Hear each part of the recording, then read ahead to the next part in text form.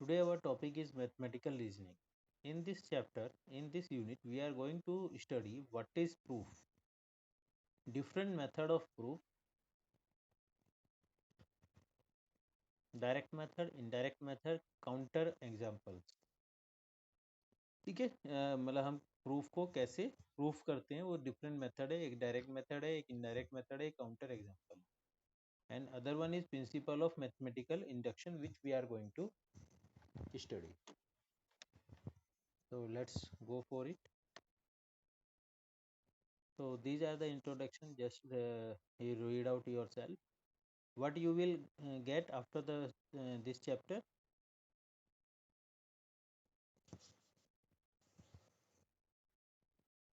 You will understand the terminology, theorem, proof, and disproof. What is the meaning of these? And describe, apply direct proof, describe, apply contrapositive proof, and proof by contradiction. And counter example. These are the type of proofs जिसे हम proof करते हैं. कोई चीज़ हमें proof करनी होती है तो ये मेथड्स हैं. तो कोई भी मेथड आप यहाँ पर अप्लाई कर सकते हैं. तो सबसे पहले what is a proof. Proof से मतलब क्या है, आप हमेशा लिखते होंगे थ्योरम, नीचे प्रूफ, थ्योरम प्रूफ. तो प्रूफ से मतलब क्या है, तो ये है इन द सेम वे. जैसे यहाँ पर है इंग्लिश लैंग्वेज में क्या है, I tell somebody I am stronger than you, the person is quite likely to turn around, look menacingly at me and say prove it. What she or he really wants to be convinced for my statement by some evidence. In this case, it would probably a big physical push. Convincing evidence is also what the words ask for before accepting a scientist prediction or historian claim. जैसे इन्होंने क्या कहा है, अगर कोई बंदा ये कह देता है कि मैं तुमसे ज़्यादा स्ट्रांग हूँ, तो सामने वाले बंदे ने क्या कहा, प्रूव इट. तो प्रूफ करने के लिए आपको क्या करना पड़ेगा, उसको पुश करना पड़ेगा. अगर आप पुश कर पाए उसको, तो दैट मीन्स आप स्ट्रोंगर हो, नहीं तो आप स्ट्रोंगर नहीं हो. तो ये जन डेली लाइफ में होता है ऐसा. लेकिन अगर हम मैथमेटिक्स में बात करें,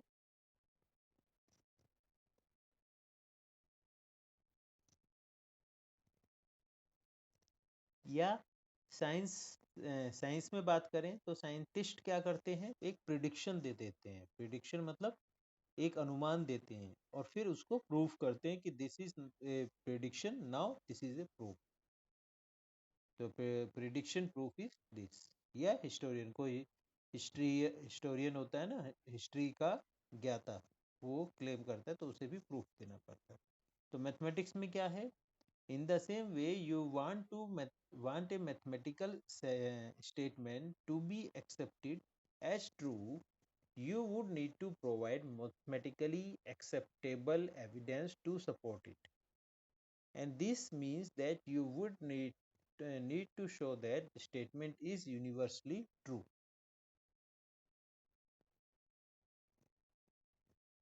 And this would be done in the form of logically valid proof. ठीक है, इन शॉर्ट आपको अगर कोई मैथमेटिकल आप सेंटेंस देते हो, तो उस सेंटेंस को आपको प्रूफ करके दिखाना होगा. मैं जो मैथमेटिकली अदर सेंटेंस है, bye the help of that sentence जो यूनिवर्सली ट्रू है, उनकी हेल्प से आपको, समझ गए ना, यानी एक स्टेटमेंट है उसे आपको प्रूफ करके दिखाना है. Definition. The definition of proof is what, A proof of a statement P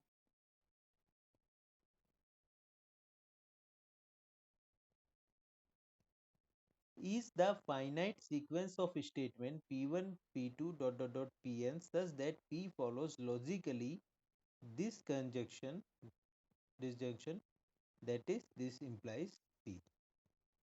The statement p that is proved to be true is called theorem. A disproof of a statement p is the proof of negation of p or proof of shows that p is false. तो इन्होंने क्या लिखा है, देखिए मैं आपको समझाता हूँ. द फर्स्ट डेफिनेशन क्या लिखी है इन्होंने,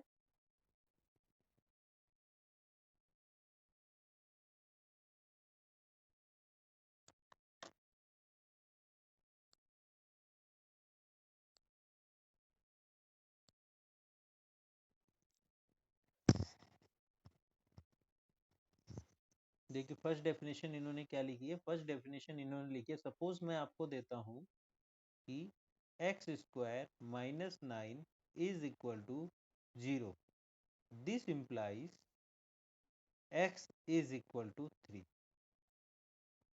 तो आप क्या करोगे, इसे प्रूफ करके दिखाओगे। ये दिया है ना इन्होंने, these statement proof P.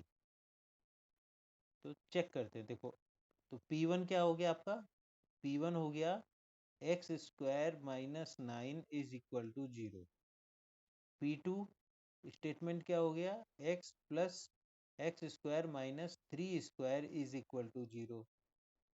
P3 क्या हो गया, x plus 3 x minus 3 is equal to 0। P4 क्या हो गया, x is equal to minus 3 and plus 3। तो और P5 क्या हो गया, एक्स इज इक्वल टू 3।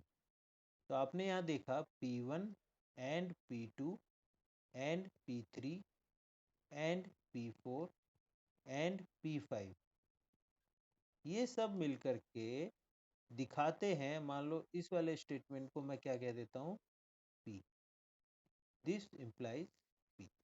यही लिखा है ना, दिस इम्प्लाइज P।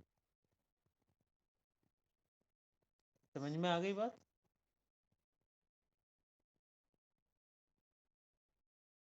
बेटा बताओ मुझे, जब भी तो मुझे क्लियर होगा। नेजिंग, नेजिंग माइक ऑन कीजिए।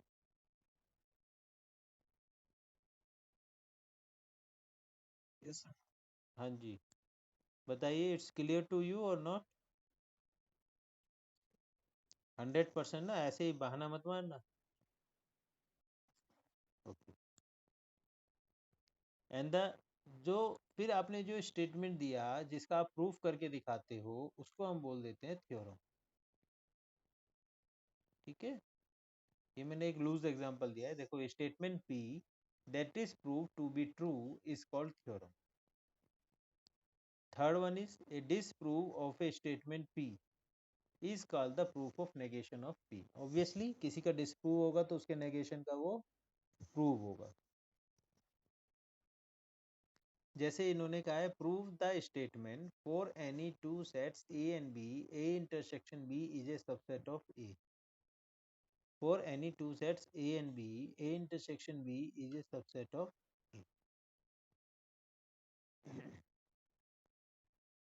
तो कैसे आपको प्रूफ करना है ये A intersection B is a subset of A, by different statement जो यूनिवर्सली ट्रू है।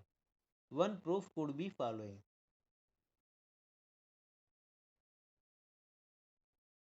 if A intersection B is equal to empty, then A intersection B is a subset of A because every set contain 5.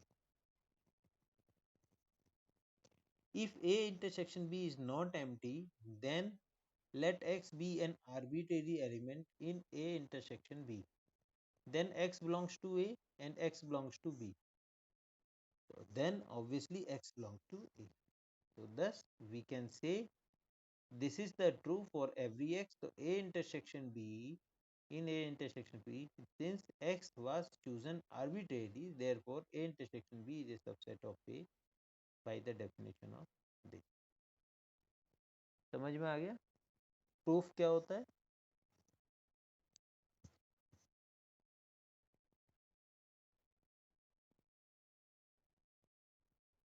क्या कहा है इन्होंने, proof करो A intersection B is equal to A, sorry is a subset of A। तो आपने क्या किया, case one, ये आपका क्या हो गया, P स्टेटमेंट हो गया। तो आपने P1 स्टेटमेंट लिया केस वन में, A intersection B is equal to empty. तो P2 स्टेटमेंट क्या हो गया कि A intersection B is a subset of A since phi is a subset of A। तो आपने यहाँ क्या देखा, P1 intersection and P2 implies P। Similarly case 2 P1 आपने स्टेटमेंट लिया A intersection B is not empty. P2 is the statement that means is not empty means X belongs to A intersection B. P3 means A belongs to A intersection B. इसका क्या meaning है वसुंधरा जी बताइए इसका क्या meaning है X belongs to A intersection B. क्या लिखूंगा मैं आगे X belongs to A और B क्या लिखूं A and X belongs to B. Very good ठीक है तो P4 स्टेटमेंट क्या हो गया X belongs to A. इस तरह आपने देखा P1 and P2 and P3 and P4 क्या दे रहे हैं आपको P दे रहे हैं कोई डाउट है तो पूछो यहाँ से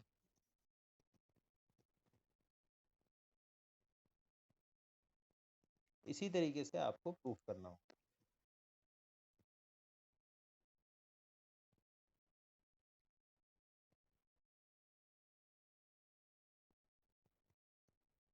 देखो different method of proof proof के डिफरेंट मेथड क्या क्या है नंबर एक डायरेक्ट मेथड क्या है जो मैंने अभी प्रूफ किया है A direct proof of P implies Q is a logical, valid argument that begins with assumption that P is true.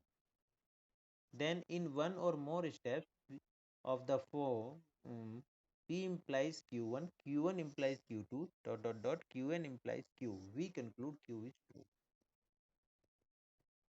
ठीक है देखो डायरेक्ट प्रूफ से समझते हैं क्या है डायरेक्ट प्रूफ यही है जो मैंने आपको किया P1 statement implies P2 statement P2 statement से हमें मिला P3 से मिला P4 और P4 क्या है आपका P समझ में आई बात नहीं अगर नहीं आई है तो पूछो देखो डायरेक्ट प्रूफ क्या है मान लो हमें P इम्प्लाइज Q करना है ठीक है तो डायरेक्ट प्रूफ क्या है P implies P1 implies P2 implies P3 implies Q ठीक है P4 P5 भी हो सकते हैं मैंने एक एग्जांपल दिया है तो यहाँ देखो आपका ये क्या स्टेटमेंट है सबसे पहले P1 इम्प्लाइज करता है P2 को और दिस इम्प्लाइज करता है P है ना डायरेक्ट प्रूफ इसी तरीके से यहाँ कह सकते हो आप P1 इम्प्लाइज P2 क्योंकि P1 से ही हमें P2 लाइन मिली P2 implies P3 implies P4 और P4 किसके इक्वल है P के तो वही चीज यहाँ ये लोग अब करके दिखाने वाले हैं इन एग्जाम्पल नंबर 2 तो what is the example number 2 give a direct proof of the statement the product of two odd integer is O product of two odd integer is also a odd integer तो देखो कैसे इन्होंने किया let us clearly analyze that our hypotheses are and what we are to prove we start by considering any two odd integer x plus and y हमने ले लिए कोई भी x और y odd integer है तो our hypothesis is what p statement x and y are odd integers x and y are odd integers odd integer कहने का मतलब क्या है और q क्या है product is also odd x Y is odd तो हमें क्या दिखाना है P implies Q P implies Q तो अब देखते हैं कैसे x और y सिंस ओड इंटीजर हैं तो I can write x is equal to 2m plus 1 for some integer m and y is equal to 2n plus 1 so we find out xy is equal to 2m plus 1 into 2n minus 1 is equal to this plus 1 plus 1 हो गया तो clearly it is a odd integer तो हमने proof कर दिया P implies Q using these premises पढ़ के देखो एग्जांपल नंबर 2 नहीं होता तो फिर मुझे बताओ मैं बताता हूँ बड़े कम स्टूडेंट हैं आज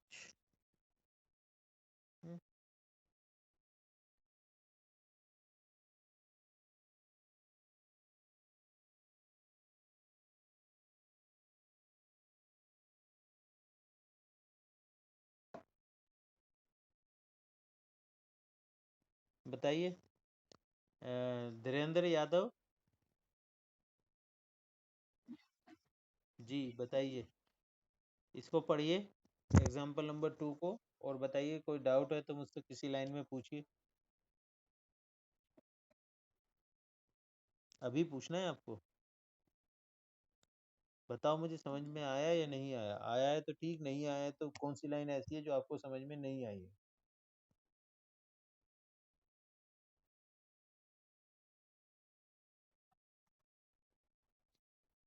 नहीं, धीरेन्द्र को बताने दो।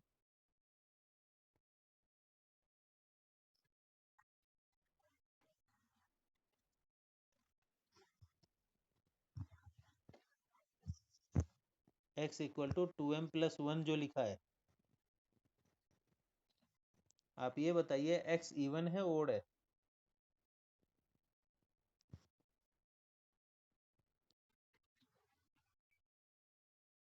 आपकी आवाज़ साफ, दोबारा बोलो। हाँ, नहीं, हम आपने x के बारे में बात करी तो मैं सिर्फ x के बारे में बात करता हूँ। x ओड इंटीजर है।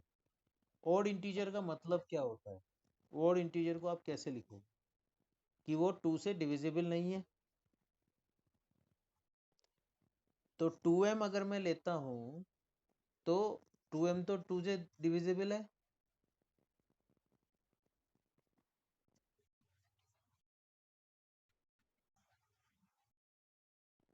I am asking to you, आपका क्वेश्चन जो मुझसे है वो ये है कि हमने x इक्वल टू 2m+1 कैसे लिया।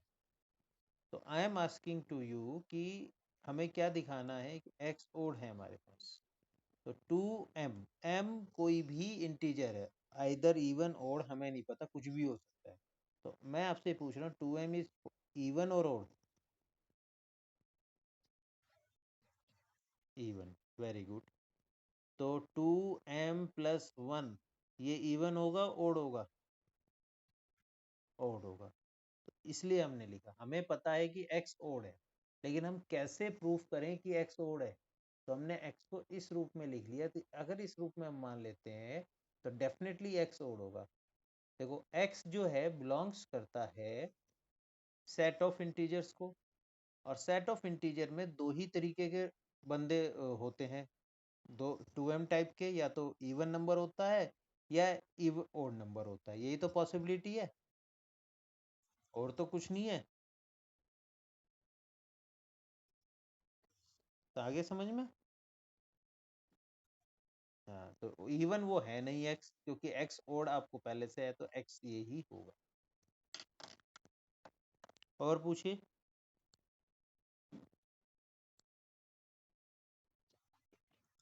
ओके, ठीक है, इसी तरह ये एग्जांपल्स हैं, इन्हें आप पढ़ेंगे। फिर है indirect method. Indirect method contrapositive. Contrapositive किसे बोलते हैं? जैसे we are going to prove p implies q, but for proving p implies q we prove negation of q implies negation of p। Okay, तो automatically p implies q हो जाता है। समझ में आया मैंने क्या बोला? एक मेथड होता है कंट्रा पॉजिटिव। कंट्रा पॉजिटिव क्या है? p implies q हमें प्रूफ करने के लिए दिया गया, तो p implies q equal to होता है कि negation of q implies negation of p। आप ये प्रूफ कर दो, ये ऑटोमेटिकली प्रूफ हो जाएगा। समझ में आ गई बात?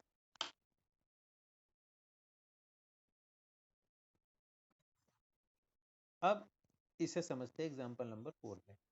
Prove that if x y belongs to z, a set of integers, such that x and y are odd, then xy is odd by proof by proving its contra positive। Contrapositive method से आपको proof करना है कि x and y अगर odd हैं तो then xy is odd. तो p इज, what is the p statement? Both x and y are odd integers. What is the q statement? xy is an odd integer. ठीक है, तो हमें क्या प्रूफ करना है? p implies q। लेकिन हम क्या प्रूफ करेंगे, negation of Q implies negation of P. तो what is the negation of Q, Q is X Y is an odd integer, तो नेगेशन ऑफ क्यू क्या होगा, X Y is even integer. Very good. ऐसे ही negation of P क्या होगा, P क्या है हमारे पास, both X and Y are odd integers, negation of P होगा एक्स इज इवन और वाई इज इवन और बोथ आर इवन, ये नेगेशन ऑफ पी होगा। तो अब हम प्रूफ करने जा रहे हैं negation of Q implies negation of P. तो we want to prove p implies q by proving negation of q implies negation of p. Now so we start by assuming negation of q is true, that is x, we suppose xy is even number, xy is even number, then we can write xy is equal to 2n for some n belongs to n. It means 2 divides 2n, so that means 2 divides xy. तो 2 divides xy means 2 divides x और 2 divides y। समझ में आ गई बात ये भाई, 2 अगर दो नंबर्स का प्रोडक्ट को डिवाइड कर रहा है तो 2 या तो x को डिवाइड करेगा या y को डिवाइड करेगा या दोनों को डिवाइड करेगा, तीन ही केस बन सकते हैं। तो अगर वो x को डिवाइड कर रहा है तो x इज इवन, अगर वो y को डिवाइड कर रहा है तो y इज इवन, अगर वो दोनों को डिवाइड कर रहा है x एंड y को तो दोनों के दोनों इवन। तो that mean negation of p is true. तो we have shown negation of q implies negation of p, therefore p implies q।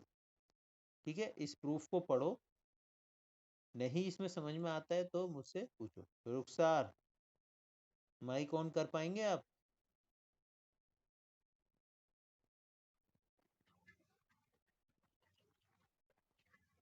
आपके उधर से शोर आ रहा है, तो आप कहीं शांति में आ सकते हैं या नहीं, तो फिर हम आप रहने देते हैं फिर।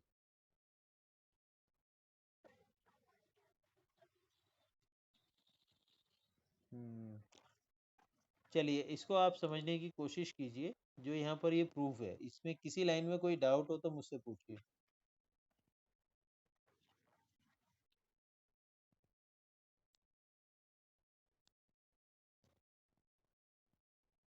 जी रुखसार, हम वेट कर रहे हैं आपके आंसर का। 100% समझ में आ जाए तभी आप हाँ बोलिएगा, नहीं तो क्वेश्चन पूछिए।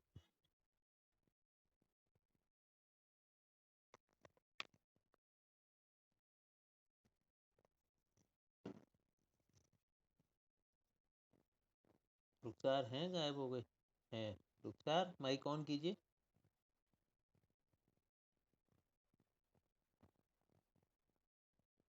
रुखसार, हाँ जी। जी माइक ऑन रखिए और बताइए कि आपको ये प्रूफ समझ में आ गया या नहीं।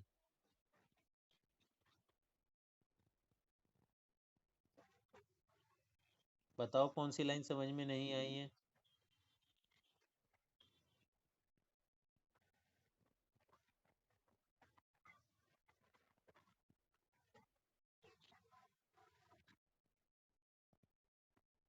बोलो, आप ये बताओ पहली लाइन समझ में आ गई, सेकंड लाइन, नेक्स्ट लाइन,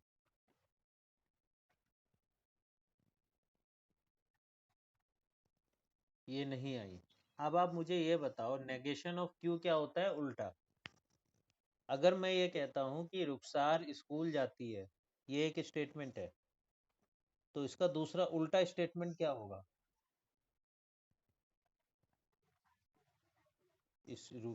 रुखसार स्कूल नहीं जाती है, ठीक है। तो वही चीज है, क्यों क्या है, x Y is odd integer,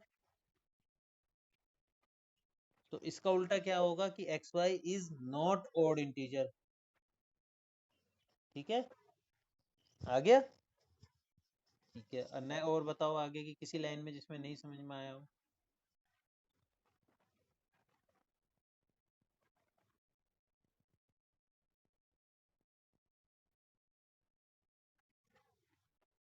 चलिए ठीक है, ओके, थैंक यू।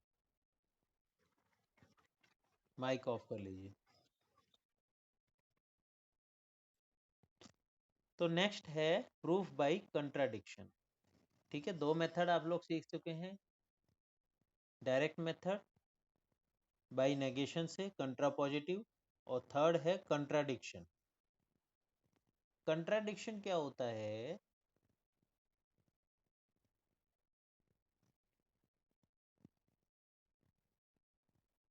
क्योंकि हम उसको कंट्राडिक्ट से प्रूफ करते हैं। कंट्राडिक्ट मतलब जैसे उसने हमें दे दिया कि आप प्रूफ करो, पी पी एक स्टेटमेंट है, इसको प्रूफ करो। जैसे उसने हमें सपोज दे दिया कि एक्स का नाम श्याम है, ये प्रूफ दे दे।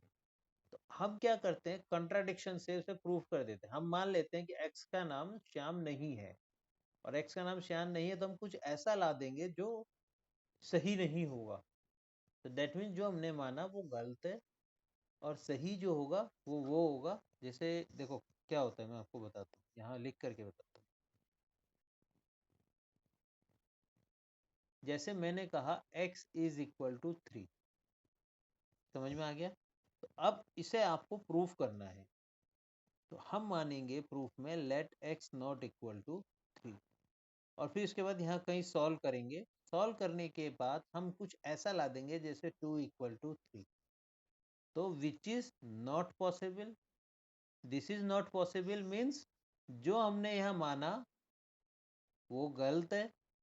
तो गलत है, ये गलत है, तो सही क्या है, इसका उल्टा, यानी x इक्वल टू 3।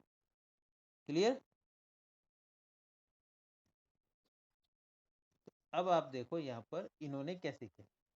ये थोड़ा सा कितने सा वो काफी बड़ा एग्जाम्पल है, कोई छोटा एग्जाम्पल हो तो कंसेप्ट क्लियर होगा।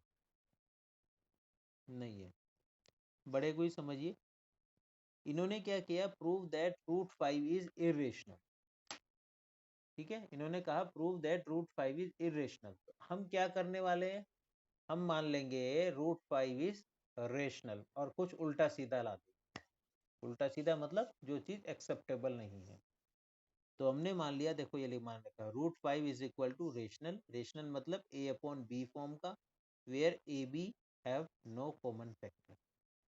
ठीक है, और फिर देखो यहाँ पर हमने क्या दिखा दिया, a is equal root 5 is equal to A upon b हमने माना रेशनल, और ए बी का कोई कॉमन फैक्टर नहीं है।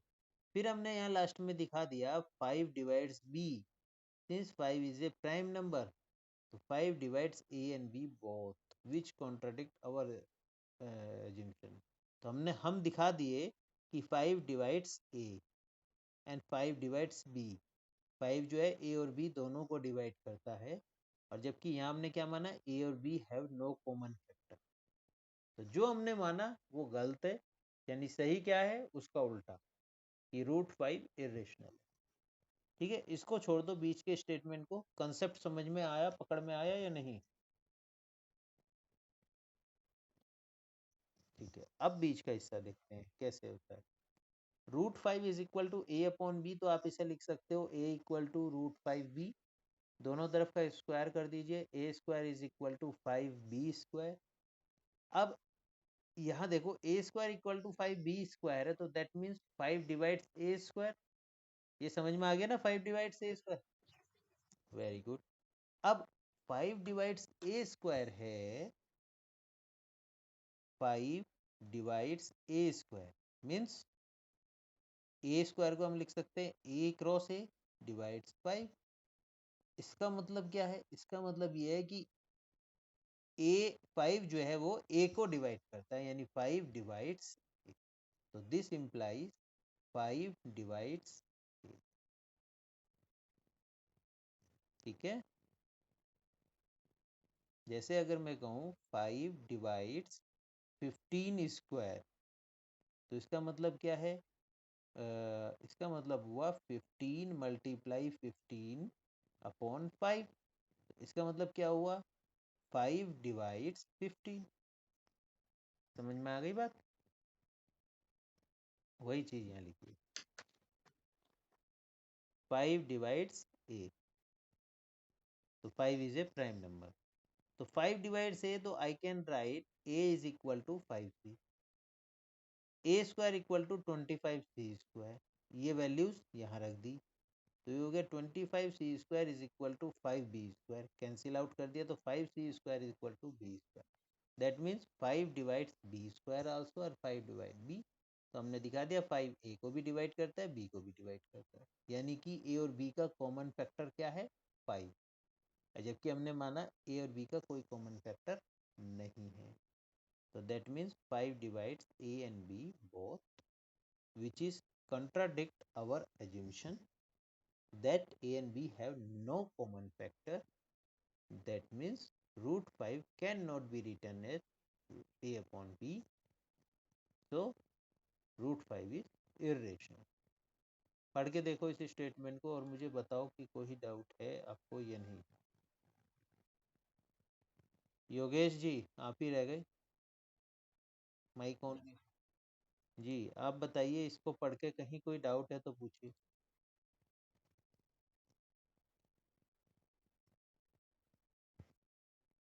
अगर डाउट है तो जरूर पूछना, ठीक है, ऐसा नहीं कि लेट इट बी कर दो, जाने दो इसको, क्लियर होना चाहिए।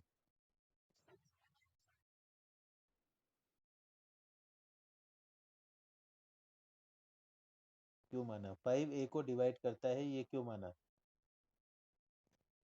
अच्छा ये बताओ,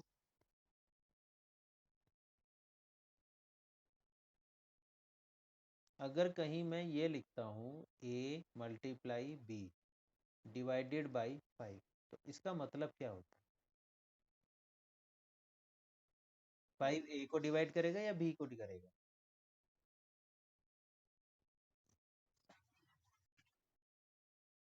क्यों, ऐसा कैसे? अब सुनो, अगर मैं ऐसा लिख दूँ 15 मल्टीप्लाई 7/5, अब बताओ दोनों को, 5 7 को तो डिवाइड नहीं कर रहा, समझे?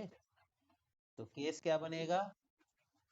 नहीं, हाँ, तो ए या तो ये पॉसिबल है कि 5 a को डिवाइड करे, और ये पॉसिबिलिटी है कि 5 b को डिवाइड करे, और क्या पॉसिबिलिटी है 5 a और b दोनों को डिवाइड करे। यही तो तीन पॉसिबिलिटीज है या नहीं? अब आ जाओ इस पे, b को मैं रिप्लेस कर देता हूँ a से, a/5, इससे क्या मतलब होता है? बी, जहां यहाँ बी लिखा है सब जगह ए लिख दूं?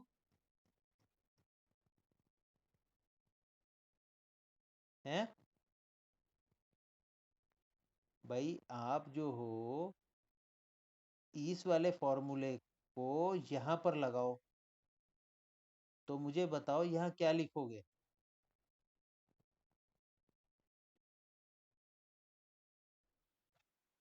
a/5 बताओ, और इसकी जगह क्या आ जाएगा बताओ?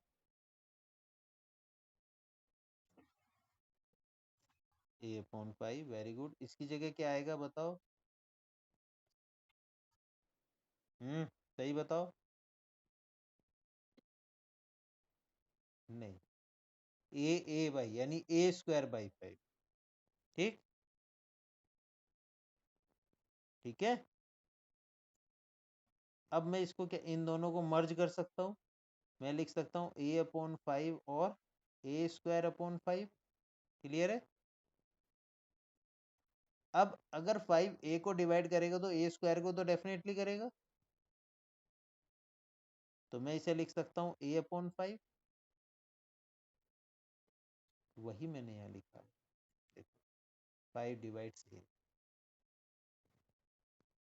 समझ में आया?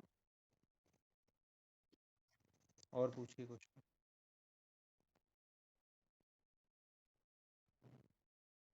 और कोई लाइन में कोई डाउट है तो पूछिए।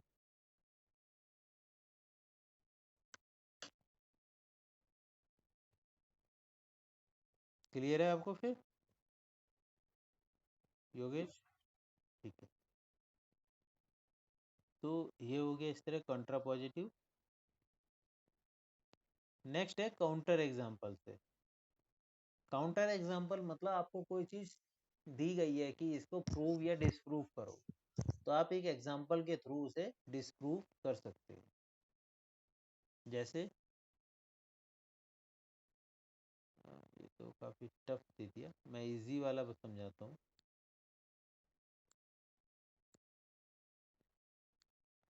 देखो मुझे क्या करना है, जैसे मैं आपको दे देता हूँ प्रूव और डिसप्रूव। हम्म,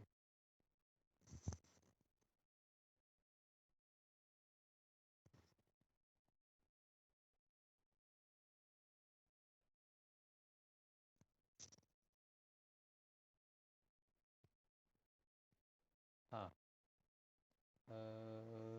एक सेकंड, वो कुछ एग्जाम्पल में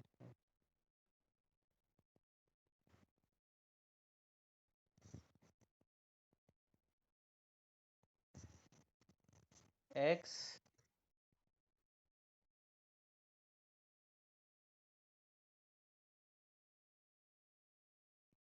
स्क्वायर -9 इज इक्वल टू 0, और ये भी मैं दे रहा हूँ कि x belongs to set 1 and 2। ठीक है, तो इस पे आपको करना है कि प्रूव दैट दिस। तो आप क्या करोगे, x की वैल्यू लोगे, x इक्वल टू 1, तो यहाँ क्या आएगा, 1 square -9 is equal to 1 - 9 equal to -8 not equal to 0। ठीक है, तो ये आपका डिसप्रूव हो गया। तो काउंटर एग्जांपल से प्रूव करने का मतलब ये होता है, अगर कोई चीज़ ट्रू नहीं है और उसने हमें दे दिया है वो स्टेटमेंट में, तो हम कोई एक ऐसा एग्जांपल लेके दिखा देंगे कि bye the help of this example कि ये ट्रू नहीं है। ठीक है, समझ में आई मैं क्या बोल रहा हूँ? मैं बोल रहा हूँ हमने, उसने हमें एक स्टेटमेंट कह दिया कि प्रूव इट, तो प्रूव इट मतलब वो सबके लिए प्रूफ सही होना चाहिए। तो हमने क्या किया, एक एग्जाम्पल पकड़ लिया और दिखा दिया कि ये स्टेटमेंट उस एग्जाम्पल के लिए ट्रू नहीं है। ट्रू नहीं है मतलब फॉल्स हो गया, फॉल्स हो गया मतलब काउंटर एग्जाम्पल से सेटिस्फाइड हो गया। डाउट पूछो वसुंधरा। ओके, बताइए।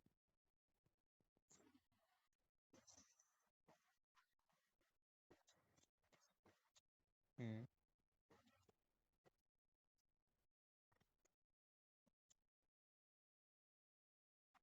For another case, so try to understand what I am going to say. I am going to say here keys,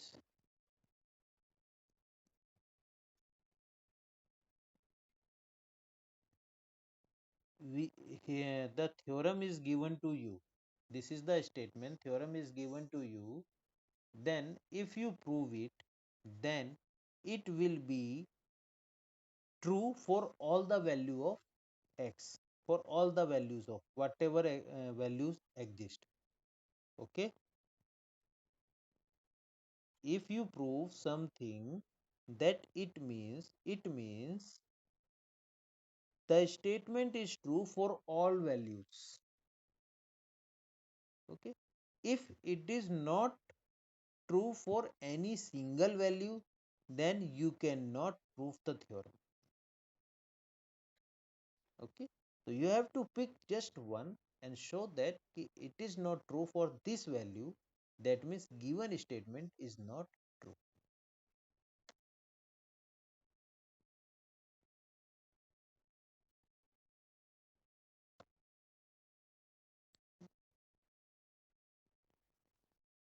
Next step, principle of mathematical induction. देखो इसमें मैं आपको direct question पे ही करके दिखाता हूँ।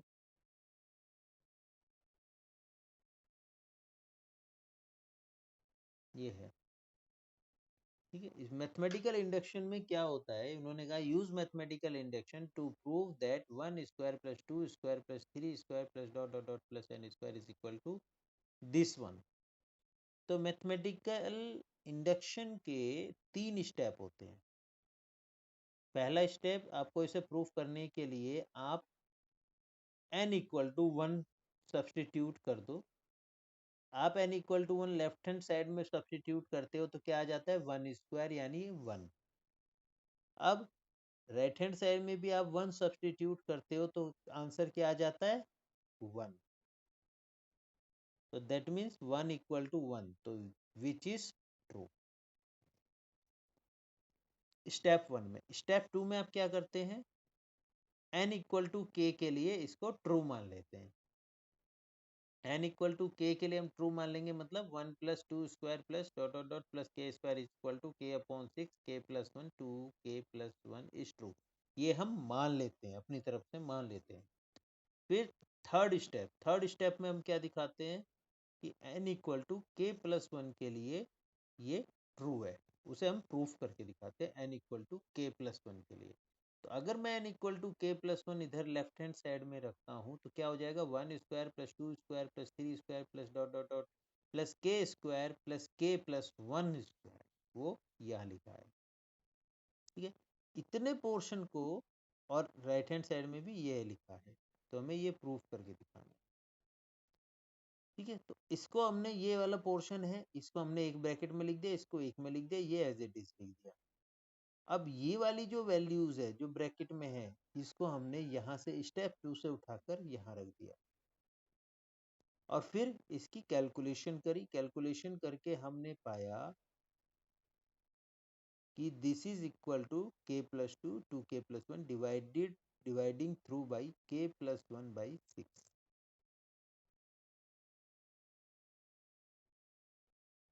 ओके, इन्होंने थोड़ा सा गड़बड़ कर दिया, मैं थोड़ा सा आपको आसान तरीके से बताता हूँ। लिखने के तरीके का बहुत फर्क पड़ता है।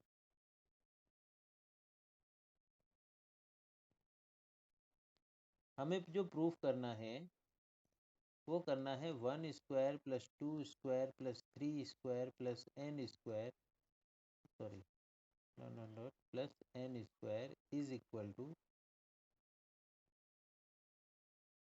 n by 6 n plus 1 2n plus 1।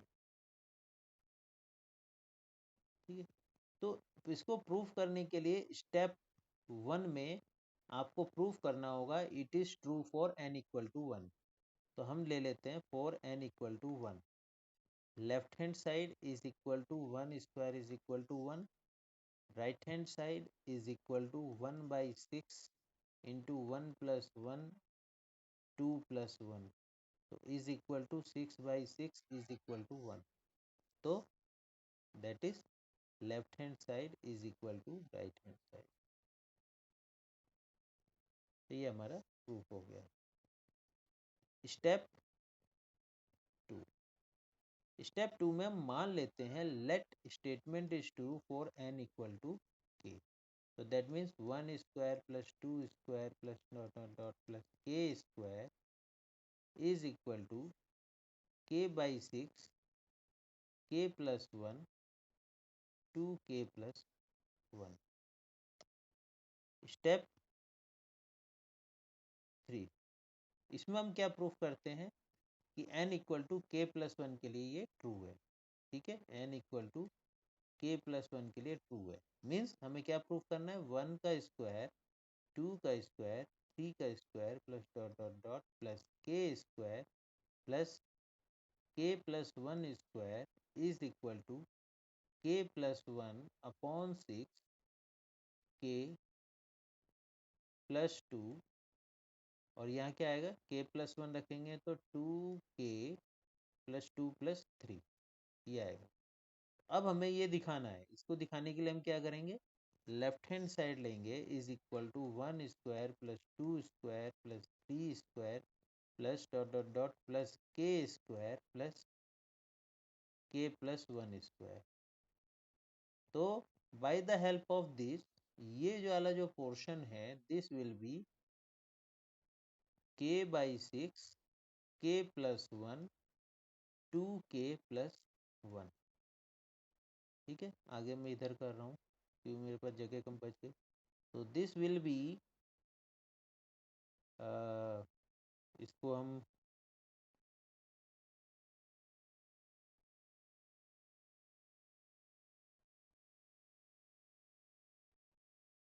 2k+1, इसको अब हमें इस रूप में लिखना है जो यहाँ पर है। कैसे लिखेंगे? k हो गया, आपको मैं लिख सकता हूँ k+1/6, और फिर है आपके पास k+2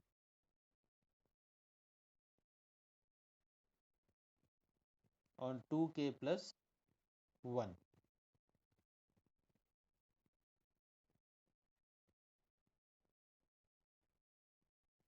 ठीक है, तो इसको आप जब आगे सॉल्व करोगे, इस वाले पोर्शन को जब आप इसको सॉल्व करोगे, ये हमने लिख दिया आगे। अच्छा, ये है ना प्लस, ये छूट गया, k+1 का होल स्क्वायर।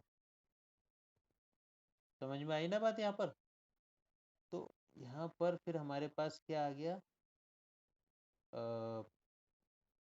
k+1 कॉमन लिया आपने, तो ये बचा k/6 2k+1 प्लस k+1।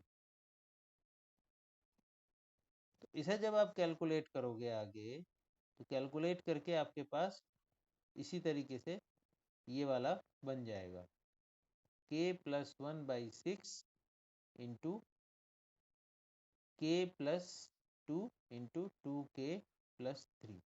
ठीक है, मेरे पास थोड़ा वो कम पड़ रहा है।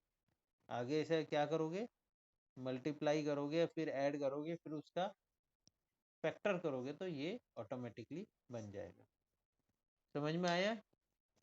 ठीक है, ये तो कैलकुलेशन है। तो कंसेप्ट क्या है, स्टेप 1 में n=1 के लिए आप दिखाओगे, स्टेप 2 में n=k के लिए आप मानोगे, स्टेप 3 में n=k+1 के लिए आप दिखाओगे।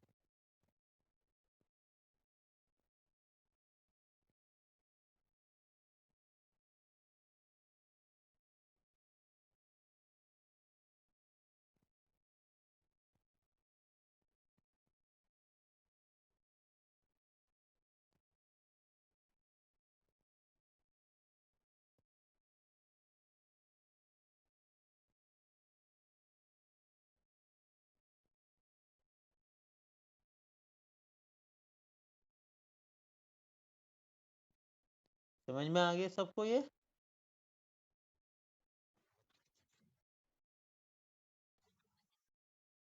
एग्जाम्पल नंबर 12, ये कौन सा था? 11। एग्जाम्पल नंबर 12 कहाँ है? नहीं, ठीक है तो ये वैसा ही। ठीक है, लेकिन काफ़ी कॉम्प्लिकेटेड है, इसे रहने दो। 13 करना, 12 मत करना, 13 करना, तो ये आप कर सकते हो।